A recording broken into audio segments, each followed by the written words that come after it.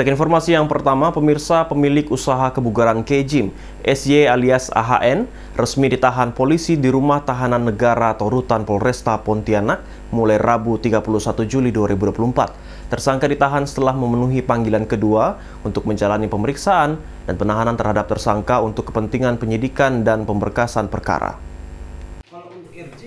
Setelah menjalani pemeriksaan di Polresta Pontianak sebagai tersangka, SY alias AHN yang merupakan pemilik K-Gym Pontianak akhirnya resmi ditahan polisi pada Rabu 31 Juli 2024. SY alias AHN menjadi tersangka dalam kasus tewasnya seorang wanita berinisial FN berusia 22 tahun yang terjatuh dari lantai 3 saat menggunakan treadmill.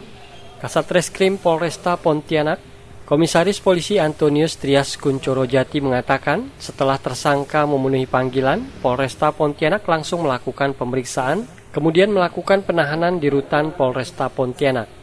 Ketika si tersangka sudah memenuhi panggilan dan sekarang sudah kita periksa sebagai tersangka ya, jadi pada saat ini juga kami langsung melaksanakan penahanan. Itu pun juga sesuai dengan aturan yang berlaku, karena pasal yang kita persangkakan pun juga bisa ditahan. Alasannya yaitu alasan dari objektif itu yaitu terkait masalah pasal yang kita persangkakan itu dapat ditahan.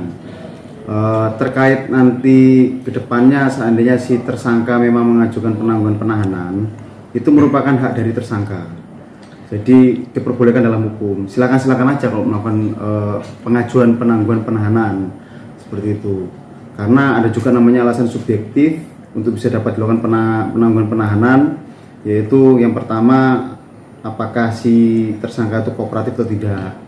Kalau yang saya pernah ceritakan sebelumnya bahwa tersangka selama ini kooperatif dan sangat kooperatif di saat masa masih penyelidikan ya, sampai di tahap penyidikan.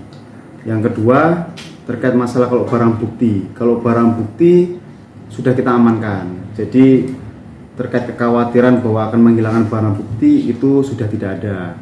Yang terakhir yaitu untuk melarikan diri, saya meyakini tidak melarikan diri itu pun masih bisa kita lakukan, namanya wajib lapor, sehingga mengantisipasi, meminimalisir tersangka untuk melakukan melarikan diri. Penahanan sesuai dengan aturan yang berlaku dan pasal yang disangkakan, yakni pasal 359 Kitab Undang-Undang Hukum Pidana tentang kelalaian dengan ancaman penjara paling lama 5 tahun. Dari Pontianak, UU Junior iNews melaporkan.